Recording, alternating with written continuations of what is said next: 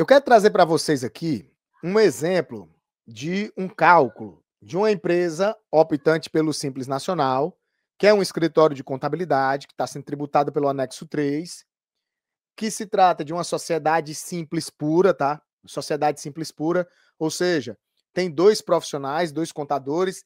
Sociedade simples pura vai pagar o ISS fixo, tá? Vai pagar ISS fixo. E aqui eu fiz o cálculo de como é que é hoje a tributação dela. Meu objetivo aqui, pessoal, não é ensinar ninguém a fazer cálculo do Simples, tá? Meu objetivo é somente demonstrar um exemplo prático de cálculo para vocês, tá? Só isso. Demonstrar um exemplo prático de cálculo para vocês. Então vamos lá. Cenário atual 2025. Essa empresa, esse escritório de contabilidade, teve uma receita da prestação de serviços de R$ 150 mil, tá? R$ 150 mil. E o que é que acontece? A RBT12 é de 1.800.000. Essa é a sua RBT12. Levando isso lá para o anexo 3, ele entra numa faixa onde a alíquota nominal é de 21%. Ao aplicar a alíquota nominal, nós temos o valor de 378 mil. Calculando a parcela a deduzir, nós temos uma parcela a deduzir de 125.640 e dessa forma nós chegamos numa alíquota efetiva de 14%.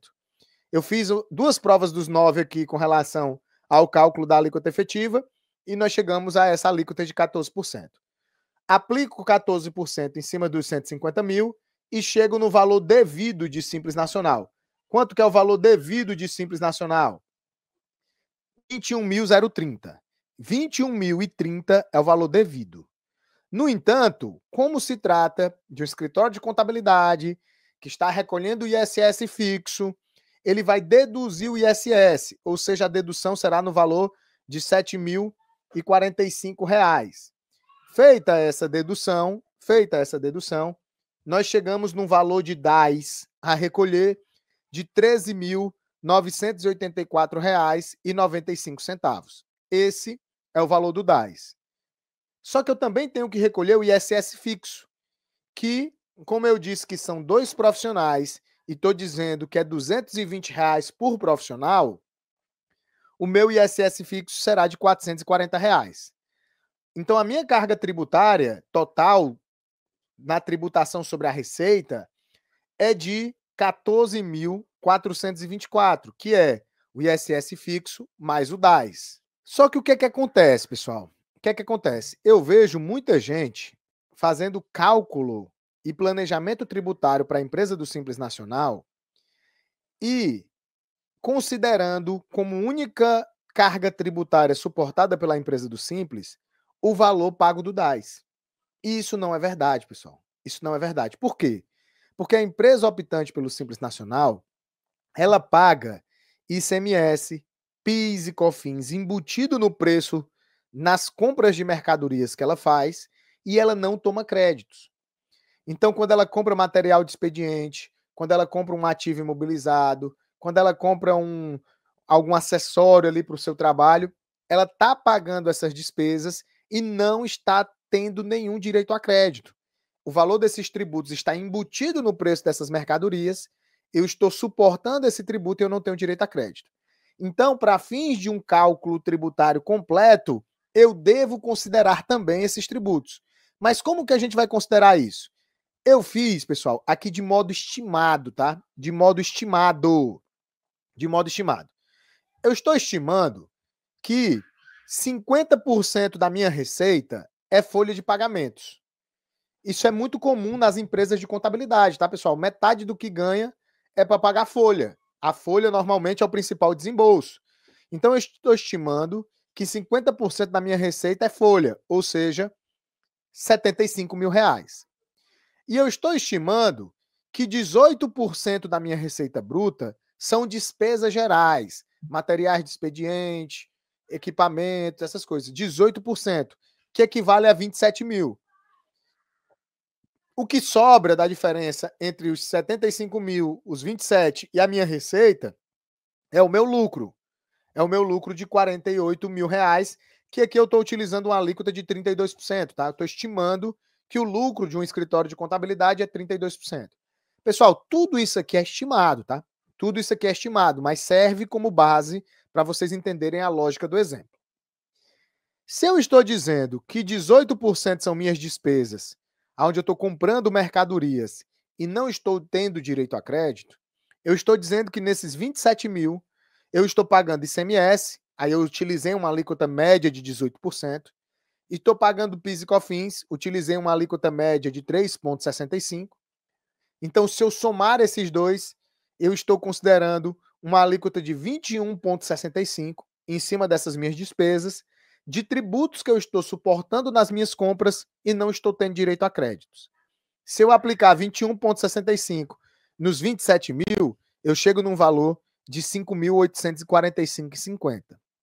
Se eu somar esses 5.845,50 com o valor do DAS, eu chego a uma carga tributária total de R$ 20.270,45. Agora eu quero demonstrar como que vai funcionar IBS e CBS por dentro e IBS e CBS por fora. Vamos lá, pessoal. Primeira coisa que eu vou fazer, agora eu vou apurar o Simples Nacional dessa empresa lá em 2033, tá? Eu vou apurar o Simples Nacional dessa empresa lá em 2033. Em 2033, a gente vai se utilizar do anexo 20 da Lei Complementar 214. Se a gente for aqui na Lei Complementar 214, o que é que acontece? Se a gente vier aqui na Lei Complementar 214 e for lá no anexo 20, o que é que nós temos? Ó? Nós temos o anexo 3 do Simples Nacional e as alíquotas e as tabelas vigentes para o futuro. Então, aqui nós temos a vigência a partir de 1º de 2033 e nós temos a repartição dos tributos. Vejam que não tem mais PIS e COFINS, nem ICMS, nem ISS, nós temos CBS e IBS. Então, eu peguei essa tabela, trouxe essa tabela para cá, para ajudar no nosso cálculo, e eu refiz o cálculo, agora em 2033. Em 2033, receita do mês, né? 150 mil. Receita do mês, 150 mil. Receita bruta dos últimos 12 meses, 1.800.000. Beleza. Continuamos com a mesma alíquota nominal, continuamos com a mesma parcela do deduzir, continuamos com a mesma alíquota efetiva de 14%, e o nosso valor do DAS é exatamente o mesmo. Ó. Valor devido do DAS, em 2025 era 21.030, em 2033 é 21.030. Porém, o que é que acontece? Lá em 2033, não tem mais ISS fixo. Se não tem mais ISS fixo, não tem mais a dedução. Se não tem a dedução, o meu valor do DAS a recolher será 21.030. 21.030. Esse será o meu valor do DAS a recolher. E tem mais um detalhe. As minhas compras, as minhas despesas lá de 27 mil, agora não estão mais sendo tributadas por PIS e COFINS, estão sendo tributadas por IBS e CBS, que a gente está usando uma alíquota estimada de 26,5. 26,5 sobre os 27 mil dá 7.155. 7.155 é o valor dos tributos sobre as minhas entradas. Se eu somar isso ao valor do DAS, o valor total da carga tributária suportada passa para R$ 28.000. Passa para R$ 28.000. Eu fiz a distribuição dos tributos aqui, ó. A distribuição dos tributos conforme o percentual. E o que é que eu fiz aqui, ó? Custo tributário do DAS em 2025, R$ 14.000, que corresponde a 9,62% da receita. Custo tributário do DAS em 2033, 21.030, que corresponde a 14% da minha receita. Então, já tem uma elevação.